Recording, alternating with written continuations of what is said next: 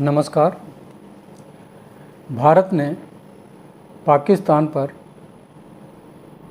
सिंदूर operation के तहत strike किया। सिंदूर ऑपरेशन वही ऑपरेशन है जिसमें पहलगांव में आतंकियों ने पूछकर उस लेडी से कहा था जिसके पति का मर्डर उसके सामने किया गया था और उसका सिंदूर पोंछ दिया गया था। उसी लिए इस ऑपरेशन का नाम ही सिंदूर रखा गया। और इस ऑपरेशन में भारत की कूटनीति ने से बहुत सारे देशों की सहमति, यूएन में सहमति एक तरीके से थी। क्या थी? सब जगह से एक ही जवाब आता था कि आतंकियों के खिलाफ पूरे विश्व की लड़ाई है। अगर आतंकी कहीं अड्डे हैं उनको समाप्त करने का हर एक देश का अधिकार है। अगर भारत के अंदर आतंक है तो उन कहाँ से है, उन अड्डों को समाप्त करने का भारत का अधिकार है। वो किस लेवल पे उनको समाप्त करता है, किन फोर्स का यूज करता है, उसके विवेक पर है। अगर किसी देश के अंदर है तो वहाँ भी उस एयर स्ट्राइक कर सकता है, आर्मी स्ट्राइक करा सकता है।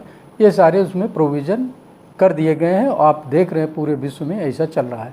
लेकिन यहाँ पर पाकिस्तान में जो गीदड़ भभकी दी जा रही थी कि हम मिसाइल छोड़ देंगे, हम परमाणु बम छोड़ेंगे, अब वहाँ के जो रक्षा मंत्री हैं उन्होंने कहा कि ये आतंकियों के खिलाफ कार्रवाई थी, अगर इस पर रोक दिया जाता है तो हम कोई जवाब नहीं देंगे। एक तरीके से उन्होंने मान लिया कि हम जो कुछ हो गया वो ठीक है। लेकिन भारत का एक और मुद्दा है, वो पाक अधिकृत कश्मीर, जिसके लिए पाकिस्तानी फोर्स के अधिकारियों ने एक विदेशी मीडिया को ले जाके पीओके में दिखाया था कि यहाँ सारी शांति बहाल है। लेकिन वहाँ भी विदेशी मीडिया को जो इन्होंने मैनेज किया था, जिस एरिया को दिखाना चाह रहे थे, उसके अलावा की तस्वीरें मिली जहाँ लोग भारत की साथ विलय की, भारत का अभिन्न अंग होने की बात करते दिखे। अब भारत भी पीओके को अपना क्षेत्र मानता है, भारत का अभिन्न अंग मानता है। तो इसलिए किसी भी देश को अपने जो क्षेत्र पर कोई अतिक्रमण है या किसी तरीके का कोई वहाँ की जनता को सताया जा रहा है, कोई बाहरी लोग आके, तो उसे बचाने का भी अधिकार है। ये वक्त वही है कि पीओके को ऊपर भी कार्रवाई करके उसको भारत में विलय किया जाए। हमें लगता है कि यही एक समय है जो पीओके को भारत में मिलाने का और वहाँ की जनता का सेंसस भारत के साथ है, उसका फ़ायदा उठाने का। क्योंकि यूएन में बार बार होता था पहले कि कश्मीर में जनगणना का इनकी राय ले लीजिए जनता की, और उस राय में वो क्या चाहते हैं। कश्मीर का मुद्दा ख़त्म हो चुका, लेकिन पाक अधिकृत मुद्दा अभी भी जिंदा है, जिसे लेके भारत सरकार बहुत ही सक्रिय है। ये जो है बड़ा महत्वपूर्ण है, जिसके ऊपर काम करना अभी जो है तर्कसंगत है।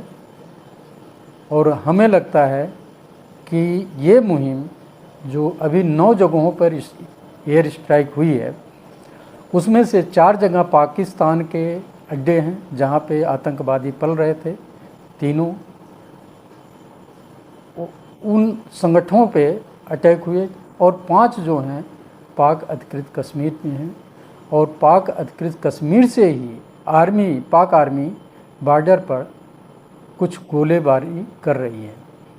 लेकिन जो पाकिस्तान बॉर्डर है उस पर नहीं कर रही। अगर उस पर करती है तो वो आर्मी अटैक माना जाएगा और एक देश के ऊपर आक्रमण माना जाएगा, तो वार में बदल सकता है। पाकिस्तान ऐसी गलती करने वाला नहीं है, लेकिन पाक अधिकृत कश्मीर में वो कोई न कोई बहाना करके ये करेगा। और सरकार को चाहिए और देश की जनता चाहती भी है कि पाक जो है, पीओके जो है, आज भारत का अभिन्न अंग बने और जिससे वहाँ पे चाइना की गतिविधियों पर भी अंकुश लगे और उसमें भागीदारी जो है भारत के साथ हो। किसी विदेशी के साथ चाइना अगर कोई भागीदारी करता है तो गलत है। यहाँ पर चाइना ने आज पाकिस्तान का साथ नहीं दिया। उसको पता है कि हमारा व्यापार सुरक्षित है भारत के साथ, पाकिस्तान के साथ नहीं। वो देर से समझ रहा है और समझेगा और उसे बॉर्डर पर कोई हरकत नहीं करनी चाहिए।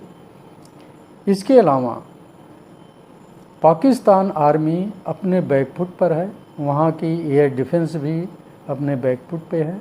वो चाहती है कि किसी सूरत से ये बला टले। जब इतना सारा होने के बाद विदेशों में से सारे देशों का राय भारत के फेवर में है, यहाँ तक कि पाकिस्तान के तुर्की को छोड़कर जितने पाकिस्तान के फेवर में देश हैं उसको गिना जाए तो 0 हैं। सब भारत का साथ दे रहे हैं कि इसे आतंकवाद का रास्ता छोड़ना चाहिए और पीओके जो है भारत का अंग था और उसे वहाँ की जनता को स्वतंत्रता देनी चाहिए और वहाँ से पाक आर्मी हटनी चाहिए। तो ये मौका है जिसका फ़ायदा अब देश की जनता चाहती है कि भारत की आर्मी, भारत सरकार, हमारे प्रधानमंत्री नरेंद्र मोदी जी इसको तुरंत उठाएं और एक जो झगड़े का जड़ है हमेशा हमेशा के लिए ख़त्म हो। ये पूरे देश की जनता जानती है कि यदि ये अचीवमेंट हो गया तो भारत का जो नक्शा वो पूर्ण हो जाएगा और वहाँ की जनता को न्याय मिलेगा। नमस्कार, धन्यवाद।